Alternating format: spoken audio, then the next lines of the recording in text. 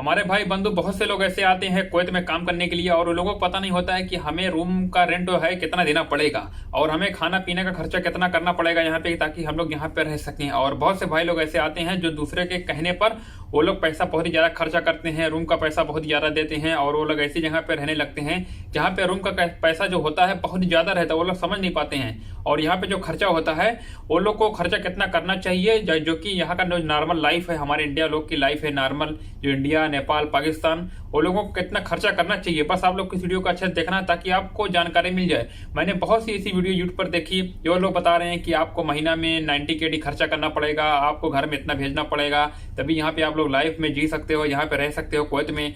मैं उन लोगों को कहना चाहता हूँ, भाई आप लोग कौन होते हो ऐसा बोलने वाले। हो सकता है किसी बंदे की सैलरी 1000 हो सकता है किसी बंदे की सैलरी 100 KD हो। तो लोगों की जो लाइफ होती है दोनों की लाइफ अलग अलग होती है। आप नहीं बोल सकते कि आप लोग को महीना में इतना घर भेजना चाहिए, आप लोग को महीना में इतना खर्चा करना चाहिए। लेकिन मैं आप लोग को इतना कह देना चाहता हूँ गाइस, अगर आप लोग इस वीडियो को क्लिक किए हो तभी आप लोग को इतना जानकारी लेना चाहते हो कि हमें यहाँ पे कितना खर्चा करना चाहिए और कितना खाना जो खाने का पैसा है कितना खर्चा करना चाहिए। तो गाइस यहाँ पे अगर आप आओगे तो आपको कम से कम 20 से 25 दिनार तक आपका जो रूम होगा आपको देना पड़ेगा, कम से कम आपको, उससे ज्यादा नहीं। अगर आपको उससे ज्यादा देना पड़ेगा तो समझ लो कि आप लोग जा रहे हो किसी दूसरे जो कि थोड़ा महंगा वाला रूम होता है, वो लोग 40 दिनार महीना देते हैं एक आदमी। जान सकते हो आप लोग, अगर एक रूम में 10 आदमी रहेंगे तो महीने पड़ जाता है 400 KD।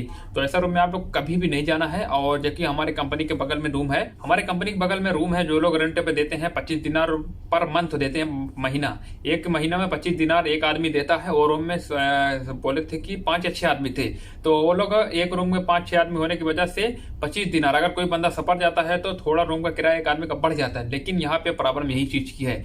और अगर गाइस आप लोग को पता नहीं है, यहाँ पे जो रूम का किराया देते हैं 20 दिनार से लेकर 25 दिनार तक आप लोग दे सकते हो, न कि 15 दिनार। 15 दिनार अगर आपको रूम मिलेगा, हो सकता है वहां पे कुछ प्रॉब्लम हो, वहां पे टॉयलेट वगैरह प्रॉब्लम हो सकता है आपको AC वगैरह ना दिया जाए, पंखा वगैरह में सोना पड़े।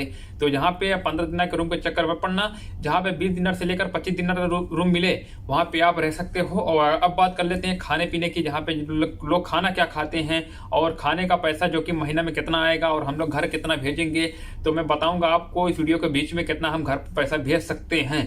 जैसे अगर यहाँ पे आओगे आप लोग, चाहे हिंदू हो चाहे मुस्लिम हो चाहे कुछ भी हो, ये मैटर नहीं करता है, सब भाई भाई होते हैं, सब मेरे भाई हैं। मैं कभी भी ऐसा नहीं बोलता हूँ, बहरहाल मेरे सब भाई हैं, ऐसा मैं कुछ नहीं कह रहा हूँ। अगर आप लोग यहाँ पे आते हो तो आपको अगर चिकन का मन है चिकन खाइए, वेजिटेबल का मन है वेजिटेबल खाइए। यहाँ पे कोई भी आपको ऐसा बोलने वाला नहीं मिलेगा कि आप चिकन क्यों नहीं खा रहे हो, आप सब्जी क्यों खा रहे हो, ऐसा क्यों है ऐसा क्यों है, आप कोई भी यहाँ बोलने वाला नहीं मिलेगा। लेकिन जो आपका खर्चा होएगा यहाँ पे, कम से कम आपको, अगर आप लोग इंडिया के हो, अगर आप लोग इंडिया के हो, कम से कम आप लोग हफ्ता में एक बार दाल बनाओगे और दूसरे दिन सब्जी बनाओगे। अगर आप लोग चिकन वगैरह खाते हो, गोश्त वगैरह, तो आप कम से कम एक दिन चिकन बनाना पड़ेगा और एक दिन हो सकता है मटन वगैरह बनाना पड़े।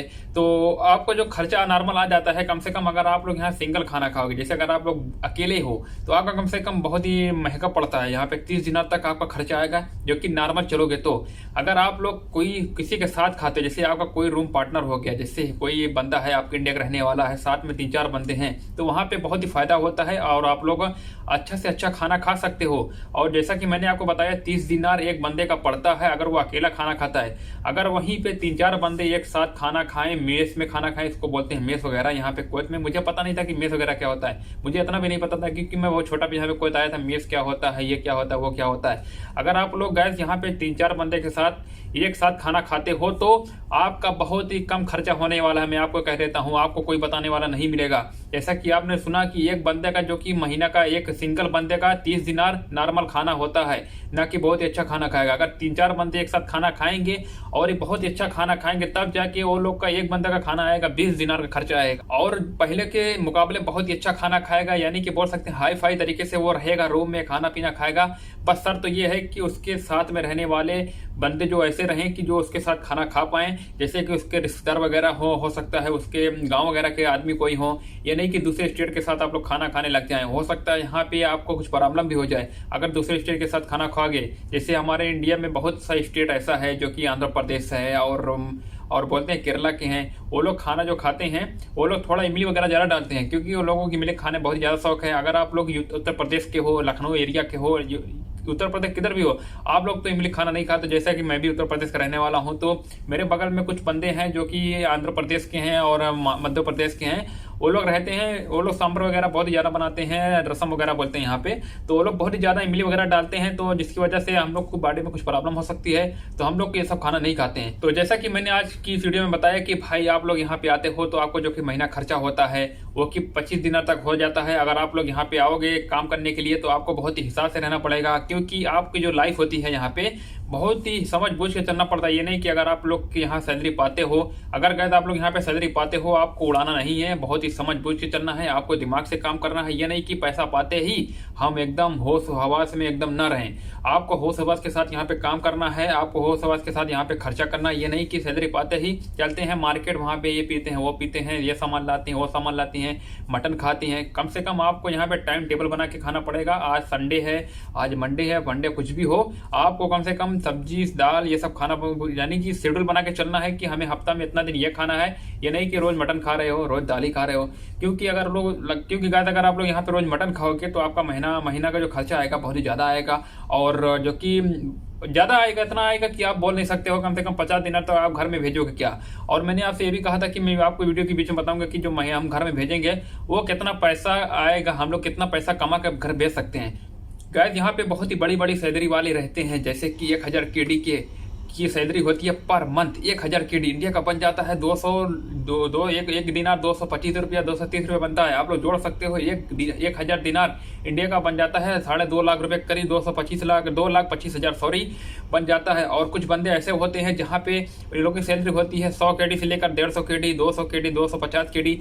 तो मैं उन लोगों को ये कहना चाहता हूँ गाइस, अगर आपकी सैलरी 400 केडी तक सैलरी है, 400 दिनार तक सैलरी अगर आपकी है यहाँ पे, तो आपको कम से कम महीना में आपका जो खर्चा आएगा 50 दिनार आपका कम से कम जोड़ सकते हो। खाना पीना पर कम से कम करना चाहिए। अगर आप लोग थोड़ा कंजूस वगैरह हो, मैं नहीं बोल रहा हूँ क्या, मैं आप लोग को कोई किसी आदमी को बुरा नहीं बोल रहा हूँ, बस मैं आप लोग को बता रहा हूँ। अगर आप लोग 50 दिनार तक अपने ऊपर खर्चा नहीं करते हो, आपको 400 दिनार की सैलरी फायदा नहीं, क्योंकि भाई अपने बॉडी के ऊपर खर्चा नहीं करते हो। आपको कम से कम जूस पीना चाहिए, वो पीना चाहिए। और मैं आप लोग को ये भी कह देता हूँ, जो छोटी सैलरी वाले हैं वो लोग भाई कम से कम अपना जो खर्चा करते हैं, क्योंकि थोड़ा देख के चलना पड़ता है उन लोग को भाई। अगर वो लोग जूस वगैरह ज़्यादा पियेंगे और ज़्यादा खर्चा करेंगे तो वो लोग घर में क्या भेजेंगे।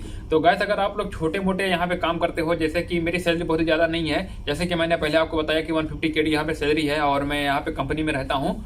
तो अगर गाइस आप लोग ये छोटी मोटी सैलरी वाले हो, 120 दिनार 100 दिनार वाले हो, तो यहाँ पे आप काम करना चाहते हो तो आपको हिसाब थोड़ा चलना पड़ेगा। क्योंकि अगर आप लोग हिसाब से नहीं चलोगे, क्योंकि गाइस अगर आप लोग यहाँ पे हिसाब से नहीं चलोगे तो आपको जो खर्चा होगा बहुत ज़्यादा हो जाएगा। आप लोग घर में कम से कम 8,000 10,000 भेजोगे, तो ऐसा जिंदगी क्या फायदा। हमारे इंडिया में आज के जमाने में दिल्ली बम्बई में 8 से 10,000 क्या, वो लोग 15 से 20,000 रुपये कमा कर आना था घर भेजते हैं। तो आपको कुवैत में आने में क्या फायदा, कोई फायदा नहीं। आप लोग इससे अच्छा मुंबई दिल्ली जाइए, वहाँ पे रहिए, अपने इंडिया में रहिए, काम कीजिए। तो यहाँ पे अगर आओगे तो आपको 100 केडी में सैलरी तो मिलेगी नहीं। आज के ज़माने में 100 केडी सैलरी कहीं पे नहीं है। आपको पूरे कुवैत में 100 केडी सैलरी नहीं है, चाहे जितना भी छोटा बंदा हो। 120 दिनार 110 दिनार सैलरी है। अगर आपका जो रूम होता है 120 दिनार अगर सैलरी है, 99% तो आपका रूम पक्का मिलेगा, एकदम 100% चांस है। तो आपका रूम का पैसा बच गया 25 केडी। हो सकता है रूम की सुविधा अच्छी हो, और आपको जो खाने का पैसा हो सकता है मिल सकता हो। किसी कंपनी में आपको महीना में 10 केडी दे देते हैं खाने का पैसा अलग से। अगर आप कोई घर में काम करते हो तो 99% आपका रूम पक्का कोई देता है। यहाँ पे मेरे पास 6 साल का एक्सपीरियंस हो, जैसा कि मैं आपको बता रहा हूँ। यहाँ पे मैं कुवैत में रहता हूँ 6 साल से, और जो कि यहाँ की सच्चाई है, मैं सोचता हूँ कि मैं आप तक एक एक बात बताऊँ। और बहुत से भाई लोग ऐसे हैं जो वीडियो बना के उल्टी सीधी डाल रहे हैं, यहाँ पे कुवैत में ऐसे रहें, इतनी ये गलती ना करें, वो गलती ना करें। जब आप लोग कुवैत में आ जाओगे ना, आपको यहाँ की सच्चाई पता चल जाएगी, रियलिटी पता चल जाएगी। तो चलिए गाइस, आज की वीडियो को यहीं पे एंड करते हैं। कि मैं सॉरी बोलना चाहता हूँ, मैं आप लोग से माफी मांगना चाहता हूँ यार, क्योंकि वीडियो थोड़ा लंबी हो चुकी थी, 4-5 मिनट की हो चुकी है। तो चलिए आज की वीडियो को यहीं पे अलविदा कहते हैं। वीडियो चलिए लाइक कर देना, चैनल को प्लीज सब्सक्राइब कर देना। मिलते हैं अगली वीडियो, तब तक के लिए बाय।